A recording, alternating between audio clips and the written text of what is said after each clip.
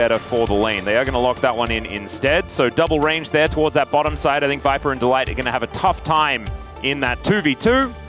But I think ultimately, Hanwha Life Esports have set themselves up a terrifying team fighting composition. And the Dian Freaks as well, delivered there by Delight. Even then, that's what, like 12? Yeah, no, it's a big lead. KazaLoLLCShighlights also able to put some pressure on here towards the bottom side. Flash comes through, the exhaust is down as snip goes Dudu. And the flash comes out and the charged up desperately pick up this crash, and we'll be able to do so. Peanut will collect the dragon. One of those here. It looks like mid lane, not allowed to roam. Bulldog being kept in the lane.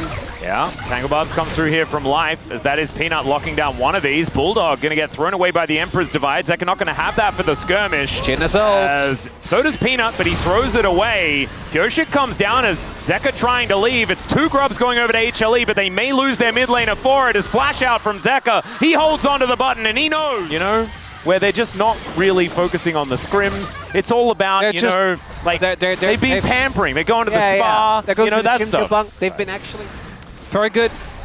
The old statement of if something looks too good to be true, it probably is. Because you do have one of the characters that's probably the worst out of anyone. All right, Dudu. Oh, going a bit aggressive. It's a preemptive exhaust. An early flash there from Zeus as well, but they're committing to this dive. KazaLoLLCShighlights taking so much damage. He's dead, and that was not the dive that we wanted. You know, you can't. Sorry, I'm having a hard time with this. Yeah. There was a very clear. As it turns out, he could. Yeah. Fancy footwork, and of course, a little bit easier when you get to strut your stuff, but nicely done. As Viper just wandering past this turret with that fourth bullet at the ready. That and a grenade probably was. The moment you get the flash, that's good. Yep. Even after that, you can still peace out. KazaLoLLCShighlights been playing for a while. Maybe he thought that he was the Pantheon that could dodge turret shots. It's not sort of the way it is. Once again, Zeus is just going to make them look silly on his cannon. Dudu still looking to chase after him. We'll see whether the stun is going to come through. It is going to be there, but finally, the rest of the cavalry turns up, and Bulldog will be able to take them down, but not after the cost. Like, it is a one-for-one trade, and turret falls down in mid, turret falls down in the bottom lane, and the Dian Freaks not going to be able to get too much for this one, outside of Dudu maybe being able to take down this top outer turret that was already very low anyway. So to summarize, yes. Zeus is still up 630 gold. He traded 1-for-1. Okay. Dudu is definitely not going to survive this. Well, we're hex flashing. Viper is going to be able to lock him down. That's Otacon. Yeah, that is Otacon. That is a dead Gwen, and that is... Yeah, like, it doesn't really matter where he is, and they're just not going to go for it anyway. Would have been cool, though, but I don't think realistically he makes it there, so... I think the idea of not going in was definitely one of his better choices. Well, but they should have done that earlier! If you're going to not go in! Hey, you've got to celebrate learning from your mistakes, Chronicler, okay? You can look at things two ways, right? It is the end, you're right. Okay, Zeka is going to find some air here, and KazaLoLLCShighlights will be able to lock him down. Still, life is just dead. How does Zeka doesn't really find an angle here as soul point on the table for HLE.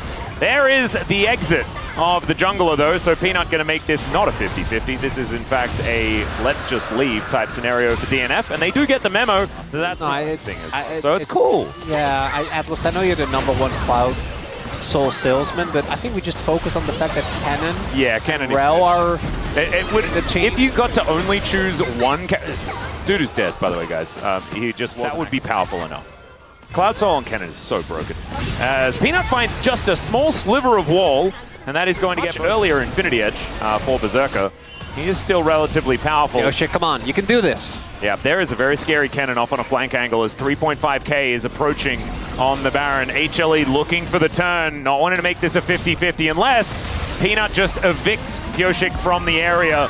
And the ulti going to miss this time around. HLE gonna get engaged on. Great Pop Blossom there from Life as the bullet time comes in. The steal from KazaLoLLCShighlights as well, as Peanut will be taken down as the first kill, and HLE are just scattering. Bulldog will not find the charm, and KazaLoLLCShighlights will not find anyone. Magnustorm is going to connect us now. Zeus just eviscerates Berserker in the back line. Delight and Zeus just saving this team fight by themselves, while Viper is taking the rest of them for a walk. Yeah, the teleport going to come in as Zeus looking to make his way forward. They sacrifice Viper as once again, playing for utility, ladies and gentlemen. They're looking to complete the ace as Delight wanting to hold them in position. KazaLoLLCShighlights going to say no to the pentakill, but yes to the ace. As comically, so many of these buttons go wide. And Zeka will be HLE. Going to be real speedy on this one. The flank angle kind of scary as Peanut zoning with the ult and picks up the dragon. Oh no. Yeah. Zeus, not even on a flank angle here. Speaking of flanks as well. Okay, Pioshik looking for an opportunity. They want to dive onto Viper yet again, but look at this, HLE, they just regroup, get back into position, and they're not going to be taking him down this time. Dudu, he might be the one that's in trouble though. Out of the mist and out of options, and that is Zeka that's going to lock him down. Zeus looking for more as well. Needing to run away, the Mark of the Storm is on him.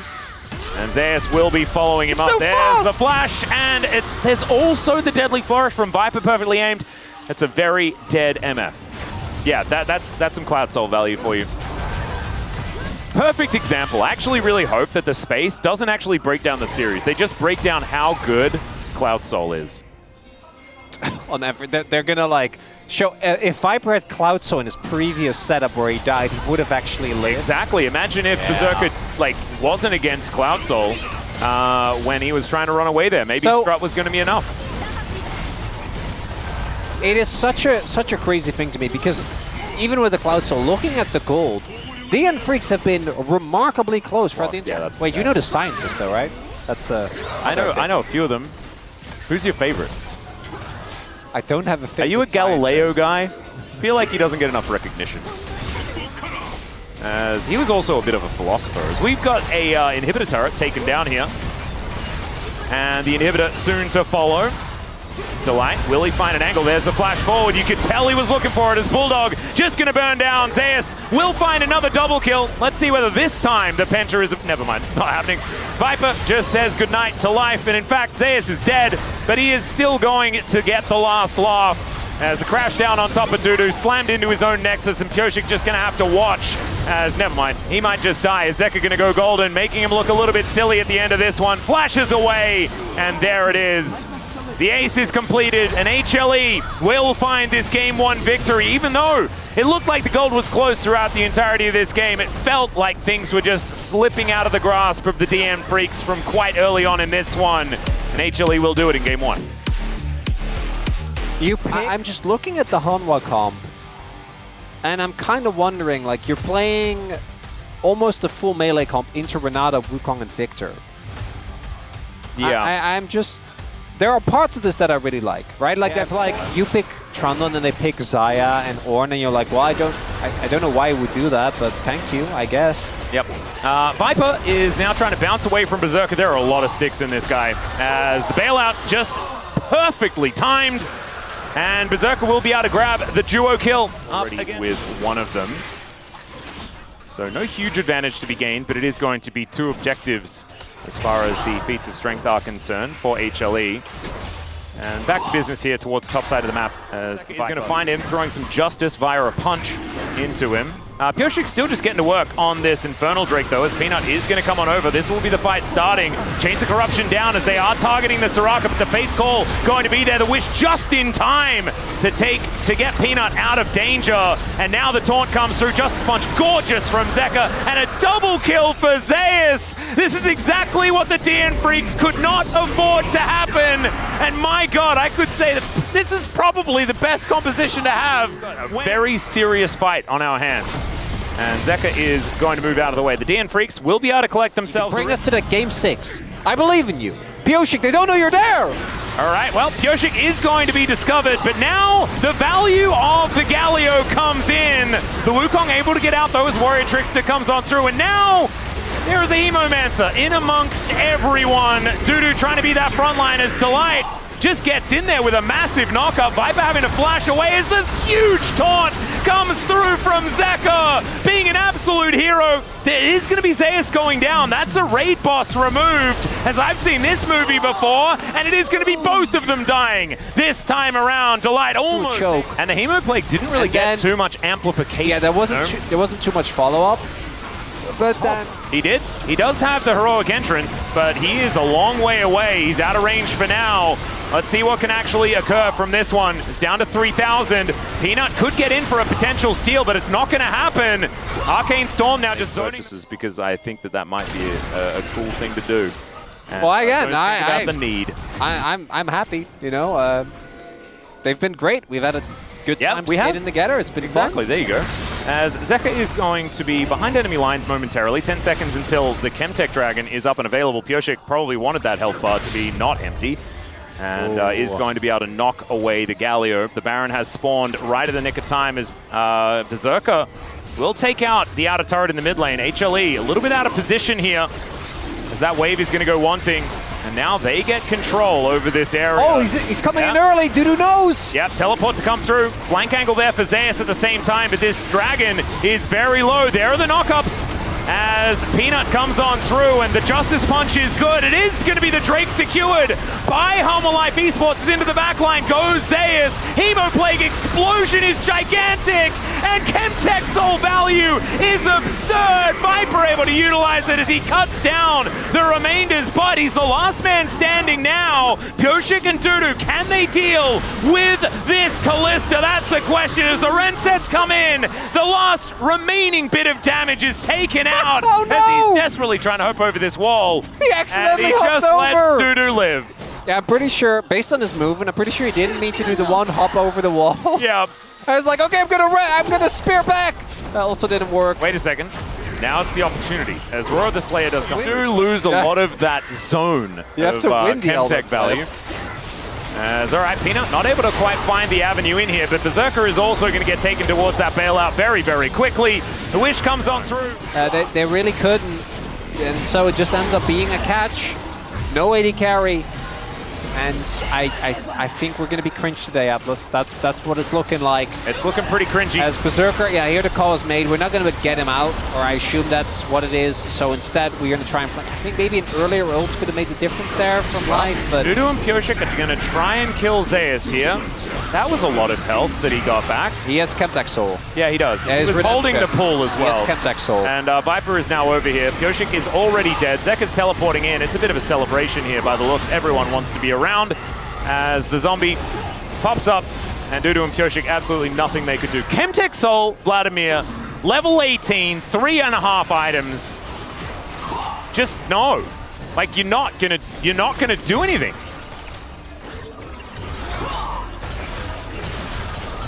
I'm just a little sad, Atlas. I'm taking a moment to fair enough. accept that what we wanted today might not happen. Be taking a moment as well. Never mind. He made it to 50% health, where Immortality just decides that it wants. They're going to mistime it. It's really hard to actually do this well. They're going to flip.